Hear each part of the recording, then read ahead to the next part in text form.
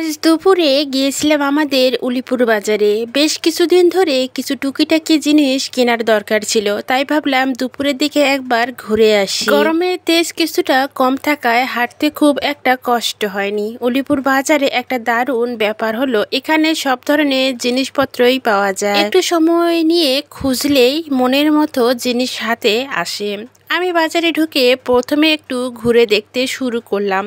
এটা আমাদের পুরনো অভ্যাস। হুট করে কোনো কিছু না কিনে আগে চারপাশটা ঘুরে দেখে নেই কোথায় কি আছে। এতে জিনিসের মানও দামও একটা ধারণা পাওয়া যায়। শুরুতে এই চোখ পড়লো কাপড়ের দোকানগুলোতে। উলিপুরে নতুন ডিজাইনের জামা, ওড়না আর হিজাবের দারুণ কালেকশন এসেছে। বিশেষ করে এখানকার ফ্যাশনের সাথে মানসম্মত বিভিন্ন রঙের ওড়নাগুলো আমার খুব পছন্দ হলো। নতুন ডিজাইনের কয়েকটি সুতি জামা কাপড় দেখলাম, গরমে বেশ আরামদায়ক হবে। সব কাপড় দেখতে দেখতে কখন যে সময় পার হয়ে গেছে বলতেই পারলাম না। বের করতে বেশি সময় লাগলো। দোকানে ভিড় ছিল, বোঝাই যায়। উলিপুরের মানুষজন এখানে ম্যাচিং করে জামা ওড়না আমি নিয়ে নিলাম। একদম ম্যাচিং করে নিয়েছি। নেওয়ার পর একটা হিজাব দেখতেছিলাম। হিজাবগুলো বরাবরই ভালো আছে, বড় কিন্তু পাতলা দেখা যাচ্ছে, কিন্তু এগুলোর দাম চাচ্ছে 200 টাকা করে। আমার যেটা পছন্দ হলো সেই কালারটা আমি নিয়ে আসলাম। আসার পর দোকানদার বলতেছে, আপনি নেন, সমস্যা নেই, 200 টাকা চেয়েছি, কম করে রাখবো, তবু আপনি নিয়ে নেন, কোনটা ভালো লাগে সেটাই নেন, কিন্তু দাম আর বলতেছে না।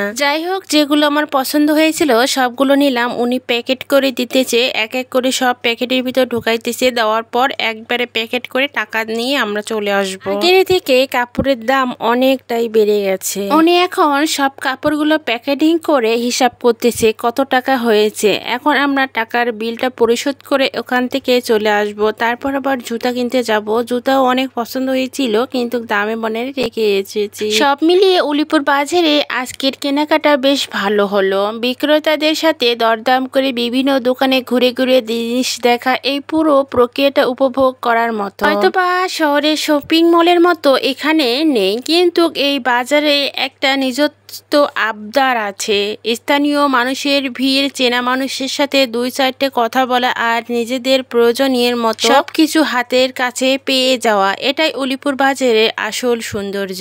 আজকের এই ছোটখাটো কেনাকাটা শেষ হলে নিজের এলাকাতে এত সুন্দর সবকিছু পাওয়ার সুবিধাটাই দারুণ একটা ব্যাপার ছিল। তারপর আমি এই পান খেয়ে দেখতে গেলাম আমার রান্নাঘরের জন্য কিছু টুকিটাকি জিনিস। সেগুলো দেখার পর আমি ভাবলাম বাচ্চাদের জন্য আরো অনেক কিছু নেওয়ার আছে। বাচ্চার কিছু কাপড় চোপড় প্রয়োজনীয়। তাই তো আবার ফিরে চাঁদ কাকুর দোকানে আসলাম, কারণ কাকু আমাদের কাছে সীমিত লাভ ধরে আমাদের কাছে কাপড়গুলো সেল করে, কারণ সেই জন্য আমরা সবসময় বাচ্চাদের কাপড় এই কাকুর দোকান থেকে কিনি। কাকু অবশ্য যেটা দাম বলে ওটা দিয়েই আমরা আনি। তার মধ্যে যদি বলি না আমরা এটা দিব না, এটা করব, তখন উনি বলে আচ্ছা দিয়ে দাও। এরকম করে কাকু আমাদের কাছে দাম চায় না। কাকুর কাছে যেটা কাপড়ের দাম ওই অনুযায়ী নিয়ে আমাদের কাছে দিয়ে দেয়। আমরাও চাই না কাকুর লস হোক, তাই কাকুকে দিয়ে দেই। নিজের মানুষ তো বেশি দাম চাবে না।